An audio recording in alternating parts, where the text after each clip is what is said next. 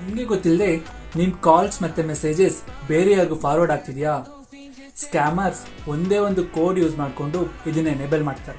Scam collars ನಿಮ್ಮ ಹತ್ರ ಈ ತರ ಹೇಳ್ತಾರೆ, KYC ಅಪ್ಡೇಟ್ ಮಾಡಬೇಕು, ಸಿಮ್ ಅಪ್ಗ್ರೇಡ್ ಮಾಡಬೇಕು, ನಿಮ್ ನೆಟ್ವರ್ಕ್ ಇಶ್ಯೂನ ರಿಸಾಲ್ವ್ ಮಾಡ್ತೀವಿ, ಈ ಕೋಡ್ನ ಡಯಲ್ ಮಾಡಿ ಅಂತ ಹೇಳ್ತಾರೆ. ಕೋಡ್ನ ನೀವು ಡಯಲ್ ಮಾಡಿದ ತಕ್ಷಣ ನಿಮ್ ಫೋನ್ಗೆ ಬರಬೇಕಾಗಿರೋ ಎಲ್ಲ ಫೋನ್ ಮತ್ತೆ ಮೆಸೇಜಸ್ ಆ ಸ್ಕ್ಯಾಮರ್ ನಂಬರ್ಗೆ ಆಟೋಮ್ಯಾಟಿಕಲಿ ಫಾರ್ವರ್ಡ್ ಆಗಿರುತ್ತೆ.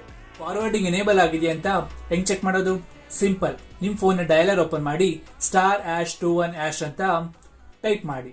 ಆಟೋಮೆಟಿಕ್ ಆಗಿ ನಿಮ್ಗೆ ಕಾಲ್ ಫಾರ್ವರ್ಡಿಂಗ್ ರಿಸಲ್ಟ್ಸ್ ಬರುತ್ತೆ. ಅನುಮಾನ ಬಂದ್ರೆ ಈ ಎಲ್ಲಾ ಫಾರ್ವರ್ಡಿಂಗ್ ಒಂದೇ ಒಂದು ಕೋಡ್ ಯೂಸ್ ಮಾಡಿಕೊಂಡು ಡಿಸೇಬಲ್ ಮಾಡಬಹುದು. ಅದೇ #002#.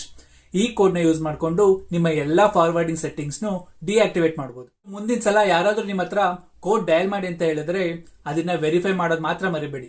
ಆದ್ರೂ ಈ ಎಲ್ಲಾ ಕಾಲ್ ಫಾರ್ವರ್ಡಿಂಗ್ ಕೋಡ್ಸ್, ನಿಮ್ಮ ಫೋನ್ ಅಲ್ಲಿ ಕಾಲ್ ಫಾರ್ವರ್ಡಿಂಗ್ ಹೆಂಗ್ ಚೆಕ್ ಮಾಡೋದು, ಹೆಂಗ್ ಡಿಆಕ್ಟಿವೇಟ್ ಮಾಡೋದು, ಈ ಎಲ್ಲಾ ಸ್ಟೆಪ್ ವೈಸ್ ಬೇಕು ಅಂತ ಅಂದ್ರೆ ಈ ಅಕೌಂಟ್ ನ ಫಾಲೋ ಮಾಡ್ಕೊಂಡು ಕಾಲ್ ಅಂತ ಕಮೆಂಟ್ ಮಾಡಿ, ನಾನೇ ನಿಮ್ಗೆ DM ಮಾಡ್ತೀನಿ.